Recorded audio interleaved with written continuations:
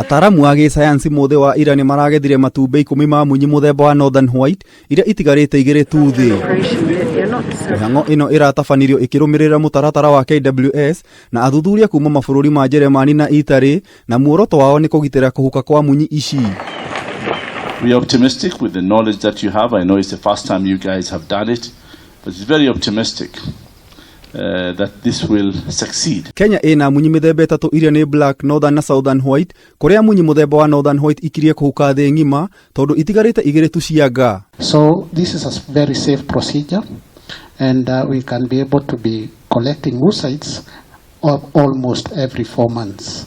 So in December we hope to do another oocytes collection in both females. Munyi ici igĩrĩ iria ciũĩkaine ta Naji na Fatu ciĩrũri-inĩ rwa Olpejeta kaunti-inĩ ya Laikipia thutha wa munyi muthemba ũyũ ya njamba ĩrĩa yoĩkaine ta Sudan gũkua mĩaka 2 mĩhĩtũku na ũkũrũ wa mĩaka 45. The situation with Fatu is much better. She's a middle-aged female and we could harvest 8 very nice oocytes. So we have in total 10 oocytes which have the potential to develop into embryos. Nĩguo kũgitĩra kũhuka kwa munyi ici, rũhonge rwa KWS na athuthuria a gĩsayansi kuma mabũrũri ma Jeremani na Italy makoretwo na mĩtaratara ya kũgetha matumbĩ ma munyi cianga nĩguo mahote gũciciarithania tondu nĩ magethete mbegũ cia ndume kuma kũrĩ Sudan atakuĩte. And the unfortunate part that Najin is aging.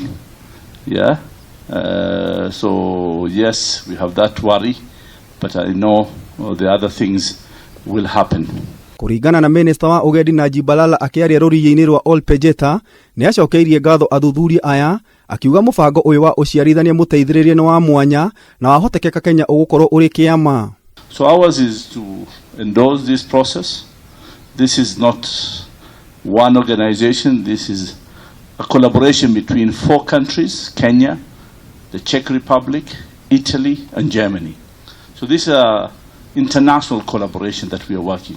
Balala oigĩte mũtaratara ũyũ nĩ ũgũtũma ndũmĩrĩri kũrĩ ateteri a marĩa matũrigicĩirie kuongerera mũgambo wĩgiĩ bata wa kũgitĩra nyamũ iria ciĩ ũgwati-inĩ wa kũhuka. We want to commit as a government because the endangered species in this country, particularly the rhinos, we have done every effort as a country to protect by putting anti-poaching programs that so far has been successful.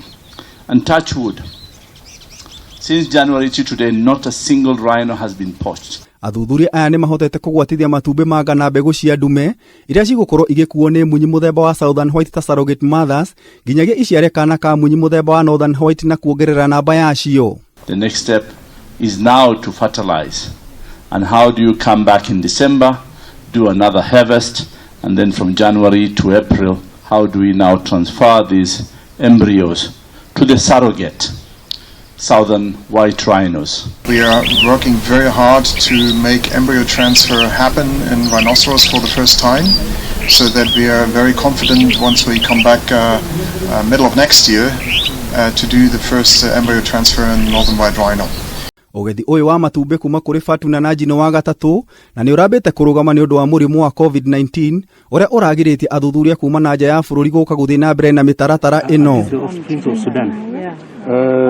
Kũringana na rũhonge rwa KWS, bũrũri wa Kenya wĩna munyi 1,000, nyingĩ yacio nĩ mĩthemba ya Southern White na Black Rhino. So imagine with the success of this bio-rescue of these endangered species, I think we will be a big success to our program.